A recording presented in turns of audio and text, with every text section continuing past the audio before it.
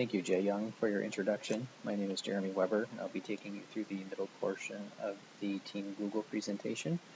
Starting with strategy management process, Team Google has a very strong management strategy, very forward-thinking. They also have a very competitive human resources strategy in which they look to select and train and really retain the best and the brightest people that they can to ensure the continuance of their strong position in their field as well as their business. Their technology strategy, of course, is very strong, always forward-thinking and looking to improve upon what it is they've got and thinking about things that others haven't thought about yet, trying to think about what consumers and their eventual customers are also going to want down the road, so they're never really quite satisfied with what it is they have going. They know that their time could run short as their competition is likely working just as hard as they are. And finally, the emergent strategy. Of course, this is a constant state of renewal, really, as the emergent strategy is defined as really looking at unexpected outcomes from the execution of corporate strategy and then trying to fold those back into future strategies as you try to learn from mistakes, their learnings, things of that nature. So this is where Google really excels because they're constantly in a sentinel mode where they're looking for strategies that they've employed and their outcomes and how it is they can take positives or negatives and leverage those into future successes for the organization. Through the analysis, external analysis and internal analysis. The PESTLE framework, of course, Google has a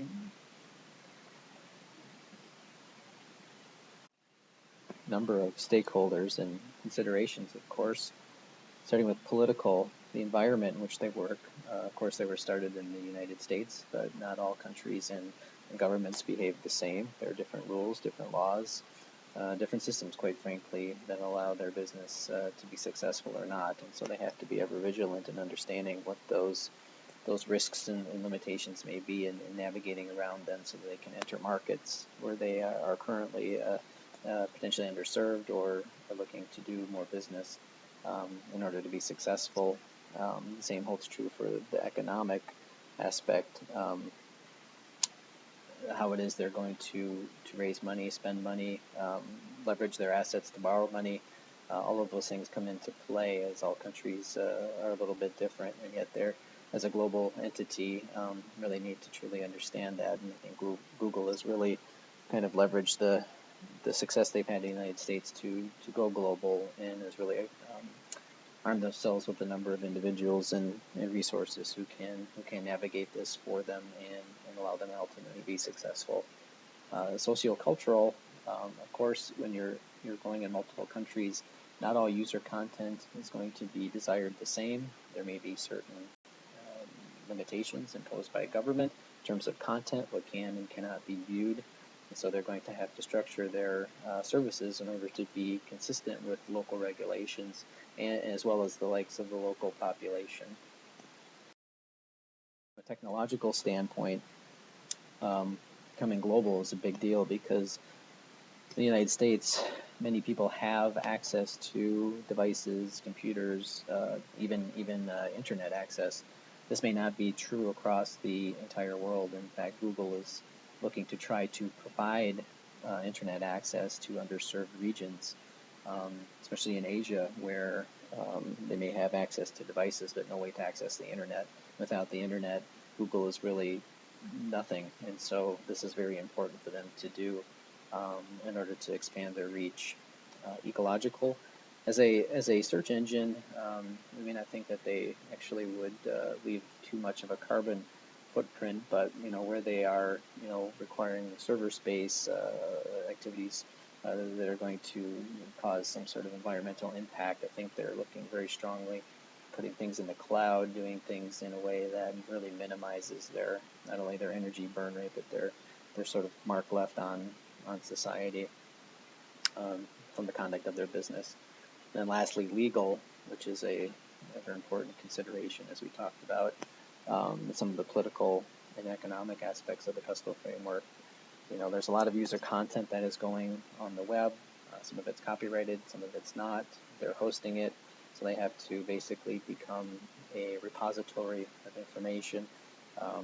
It's not unheard of to have content that has been infringed upon, deposited on a website that Google may then have shown up in search results or what have you. And so they have to be very careful and cognizant about fishing out illegally infringed upon material and content and not passing it off as their own or under the Google umbrella.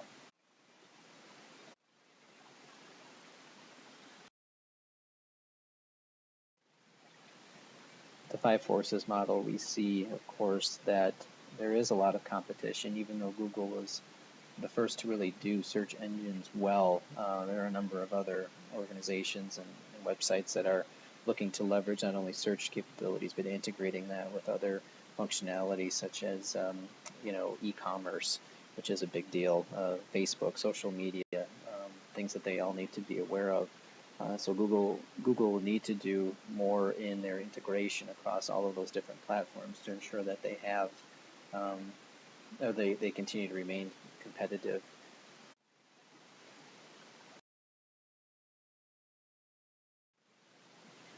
For Google's SWOT analysis, of course, they're very, very top-notch customer service and technology-oriented company. So that is a definite strength, long-term, strong culture of innovation. Weakness is that their business really relies heavily, almost exclusively, on advertising business, which there will be plenty of competition for as more and more websites offer search services that are integrated across multiple platforms. Really, I think it's about expanding the number of users that they have access to. A number of users are using mobile devices, and including access to the internet itself. The more that they can expand access, the more opportunity they're going to have more customers and hopefully continue to grow their business. The threats, of course, are going to be from other large technology organizations. We talked a little bit about Facebook, but Microsoft with Bing, Amazon, really any other organization that has a website that can do search and do social media, integrate a bunch of different desirable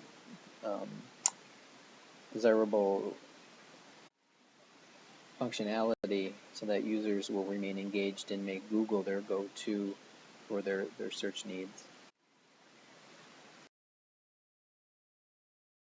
Of course, of its ability to innovate and its ability to cultivate a culture of innovation. Without those two things, Google cannot be successful, so they strive for that as probably their top priority.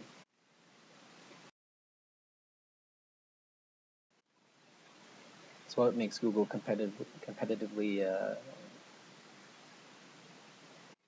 I should say advantageous from a competitive standpoint, is again really their philosophy, their tireless pursuit of achieving not only information, the collection of it, but making sure that everyone has access to it and continually expanding that access.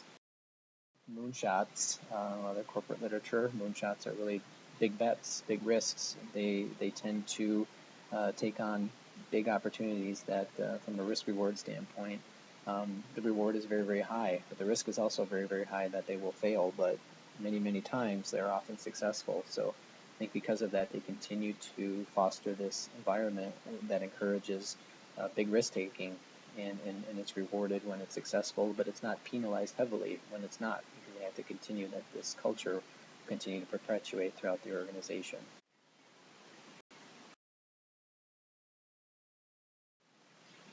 From a risk standpoint, of course, everyone is more than likely has a mobile device and more than likely is doing most of their business functionality from their mobile device, business, social, etc.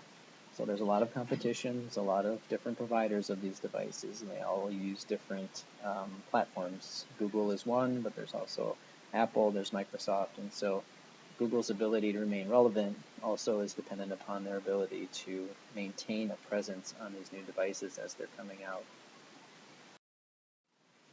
a business strategy standpoint, the takeaway from this slide is really about speed. Consumers expect that when they search for something that they will get a relevant result very, very quickly, and they will not have to search multiple pages to find the answer. And so this is what Google strives for. This is one of their biggest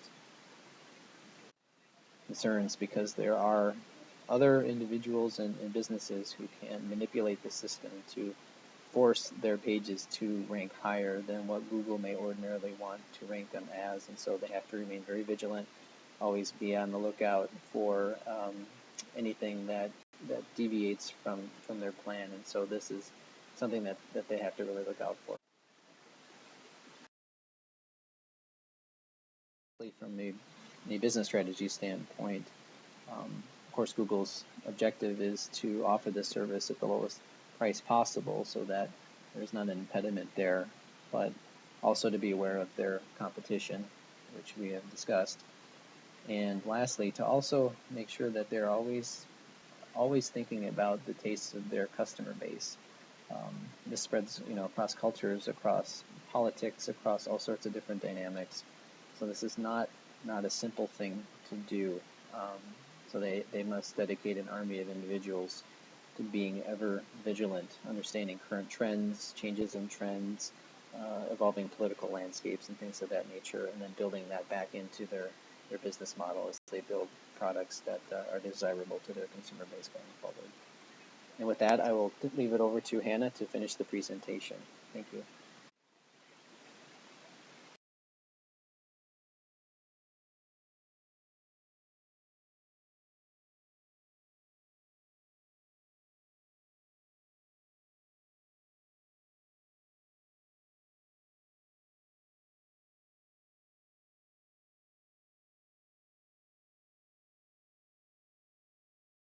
Thanks, Jeremy. My name is Han, and I will proceed further in our presentation.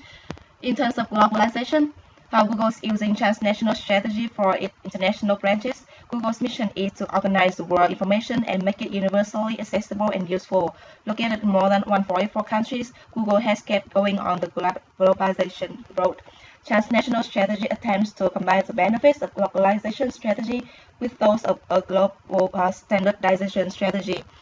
And in terms of social responsibility, Google has been successful in building a perception of caring around the world. They are seen as a company that treats their people well, and Google has been able to be seen as a local company in many countries around the world.